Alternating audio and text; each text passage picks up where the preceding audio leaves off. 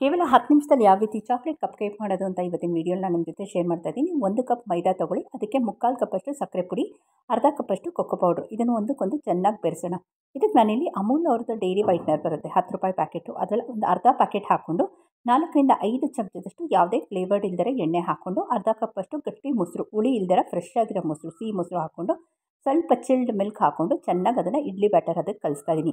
ನೀವು ಜಾಸ್ತಿ ದಿನ ಇಡೋಂಗಿದ್ರೆ ಕಪ್ ಕೇಕ್ನ ನೀವು ನೀರು ಹಾಕ್ಕೊಳ್ಬೋದು. 1 ಚಮಚ ಬೇಕಿಂಗ್ ಪೌಡ್ರು, ಅರ್ಧ ಚಮಚದಷ್ಟು ಬೇಕಿಂಗ್ ಸೋಡಾ, ಕುಕ್ಕಿಂಗ್ ಸೋಡಾ ಹಾಕ್ಕೊಂಡು ಇಡ್ಲಿ ಅದಕ್ಕೆ ನಾನು ಅದನ್ನು ಕಲಸಿಟ್ಕೊಂಡಿದ್ದೀನಿ.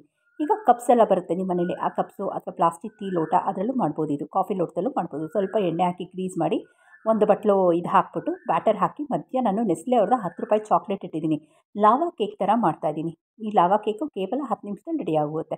ಮಧ್ಯೆ ಚಾಕ್ಲೇಟ್ ಇಟ್ಟು ಮೇಲ್ಗಡೆ ಇನ್ನೊಂದು ಸಲ ಬ್ಯಾಟರ್ ಹಾಕ್ಕೊಂಡು ಒಂದು 10 ನಿಮಿಷ ಅದನ್ನು ಸ್ಟೀಮ್ ಮಾಡೋಣ. ಎಷ್ಟು ಯಮ್ಮಿಯಾಗಿದೆ, ನೀವೇ ನೋಡಿ ಒಂದು ಸಲ ಕ್ಲೋಸಪ್ ವ್ಯೂ ಹಾಕ್ತೀನಿ. ಸಖತ್ ಸಾಫ್ಟ್ ಆಗಿದೆ, ಎಲ್ಲೂ ಒಡೆದೋಗಿಲ್ಲ, ಕಿತ್ತೋಗಿಲ್ಲ. ಹೊಸಬ್ರಿಗೆ ಯಾರಾದರೂ ಫಸ್ಟ್ ಟೈಮ್ ನನ್ನ ಚಾನಲ್ನ ವಿಸಿಟ್ ಮಾಡಿದರೆ ದಯವಿಟ್ಟು ಸಬ್ಸ್ಕ್ರೈಬ್ ಮಾಡ್ಕೊಳ್ಳಿ ಅಂತ ಹೇಳ್ತಾ ನಿಮ್ಮನ್ನೆಲ್ಲ ಟ್ರೈ ಮಾಡಿ. Thank you.